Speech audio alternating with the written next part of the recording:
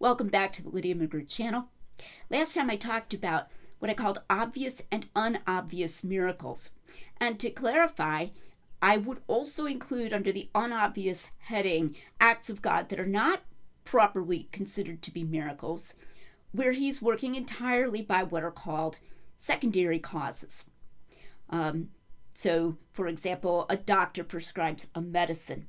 And in that case, it's somewhat mysterious what we mean when we say God did it or God used it. He might just have, created the soul of the doctor, so to speak, who's then intelligent, grows up and prescribes that medication, and so forth. So,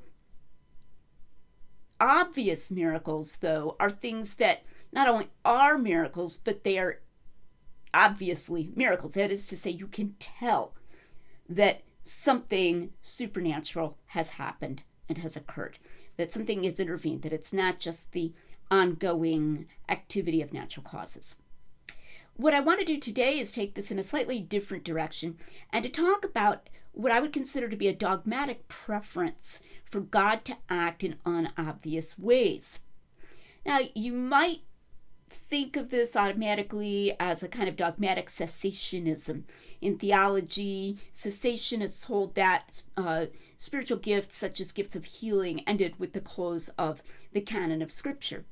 Now, most cessationists in fact, all of them that I've ever known, have not actually insisted that after that God never performs miracles, even miracles of healing, but that he doesn't give people a specific gift of a miracle of healing. So I've never actually met a cessationist who was as dogmatic as what I'm envisaging here. Something that's not merely hypothetical, though, and that is this kind of dogmatic limiting of God's detectable action is a certain type of objection to intelligent design views, especially in biology. And that's what I want to be addressing here.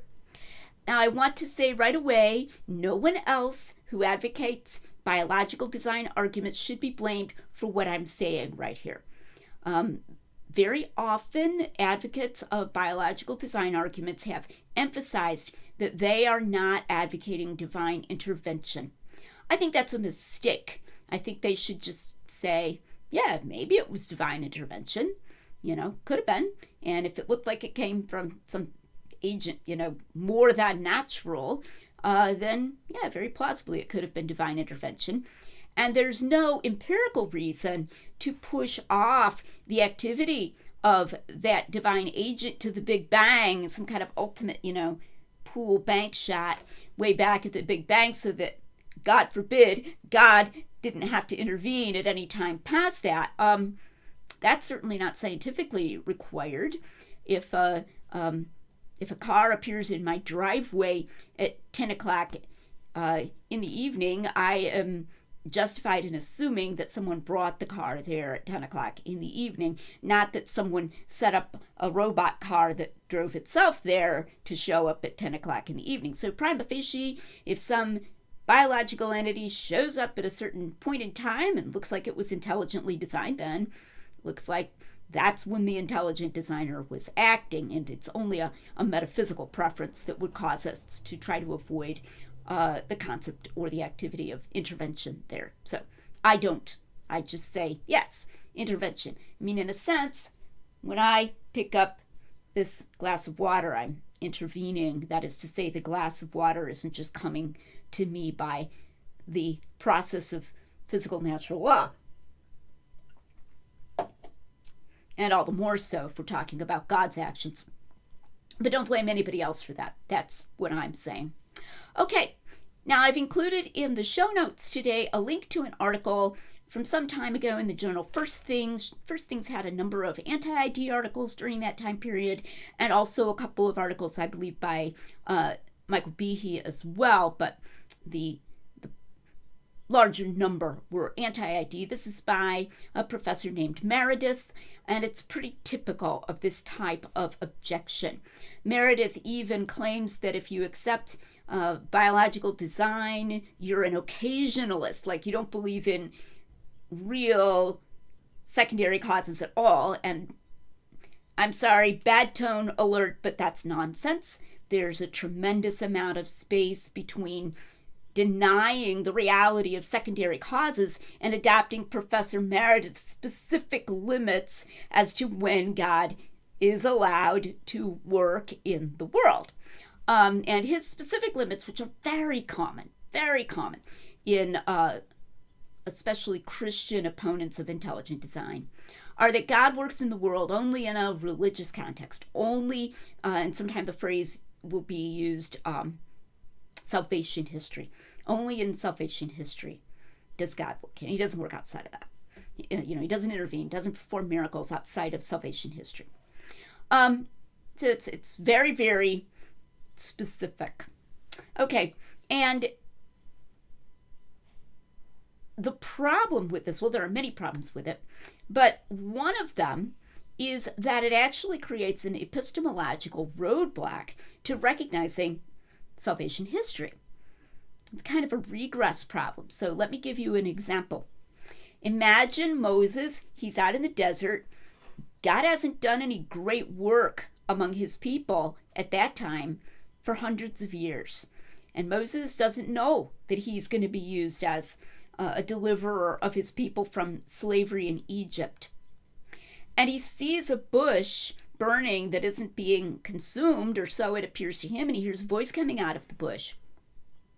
Now, let's suppose that Moses had adopted this idea that God only works in salvation history, and that unless we already know that something is, a religious context, it is salvation history, we should reject it. We should just not even accept that evidence. We should say there must be some secondary causal explanation. Then he would be obligated to say, well, I must just be hallucinating or something like that. There must be some natural explanation for this burning bush and this voice. So that the religious context could never be established in the first place then. Okay? Or Mary would have to explain away the angel as someone, hoaxing her or something, because she doesn't know that she's in salvation history. And if she's committed to this idea, God only acts in salvation history, then she should explain this in some natural way, because she has no other reason to believe she's in salvation history. In other words, one of the ways that we recognize salvation history, one of the ways that a religious context is established, is by a miracle happening that's a surprise to people, in a case where they did not already know. I mean, it has to start somewhere. The religious context has to start somewhere and in some fashion. So if you take this view, you're not going to be able to recognize that. It's never going to be able to get off the ground. Now, it might be replied, an objection that might be replied here would be, well, but at least those were people actually watching the miracle happen. Mary actually can tell that she's becoming pregnant. She can recognize her own pregnancy. Moses can actually see the burning bush. Whereas if God had created biological entities prior to any human being's existence, then there wouldn't be anybody watching it happen. And so it couldn't have this function, this revelatory function. It couldn't be part of creating a religious context or giving us reason to believe in a religious proposition. But that's not really true, because ID theorists themselves are saying that we do have evidence. We have evidence now. And God could certainly foresee our developing, humans developing microscopes and so forth and being able to see and recognize these things. So I don't think it's justified to say that someone literally has to be standing there at the point in space-time and watching that miracle occur in order for it to be of evidential value. And those who take the perspective that Dr. Meredith takes are simply denying its evidential value by saying it just couldn't happen that way. And so it's like a theological presupposition that God cannot be working detectably in an obvious way. And therefore, we're just going to ignore all the claims that God is working in an obvious way here, or did work in an obvious way here.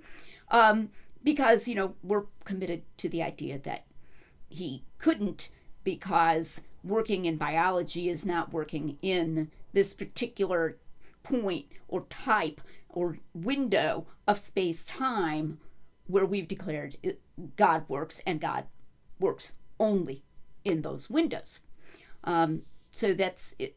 You're blocking the course of inquiry at that point. The psalmist says that the heavens declare the glory of God, and the firmament shows his handiwork. And in no way is that limited. We don't find any indication anywhere in Scripture that that's limited to unobvious workings, that creation itself can only show God's handiwork if that handiwork is apparently through natural law or secondary processes. There's no scriptural warrant for that. And the philosophical warrant for that is just lacking. To say philosophically, well, it's because otherwise you'd be an occasionalist, is just blatantly false. You don't have to deny the existence of natural causes to have a larger number of places where you recognize God's detectable action.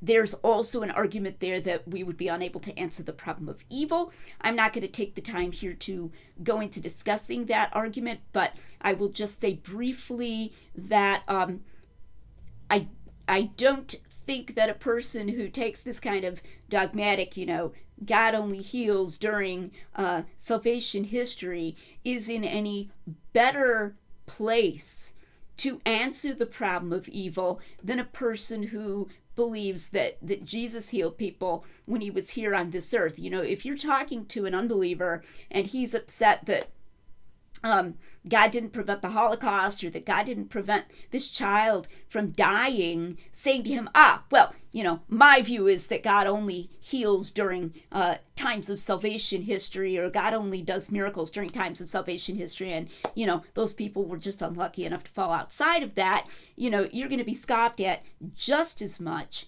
as if you argue or answer the problem of evil by saying, God just doesn't heal everybody. He doesn't, and he's not obligated to heal everybody or to, prevent all evil, because there is a value to the operation of natural causes and so forth, which is entirely open as an answer to someone who believes that God has acted in biological history. So creating these walls is not really of any philosophical advantage, and it has a big philosophical disadvantage of ignoring evidence. So that's something a little different for today than what we usually do on this channel. I am planning to take a break next week, so it'll be 2 weeks before there's a new video out and a new audio podcast out. Tons of content on here already. Please like and subscribe and explore what we've got here. And thanks for watching or listening to the Lydia McGrew channel, where we're making common sense rigorous.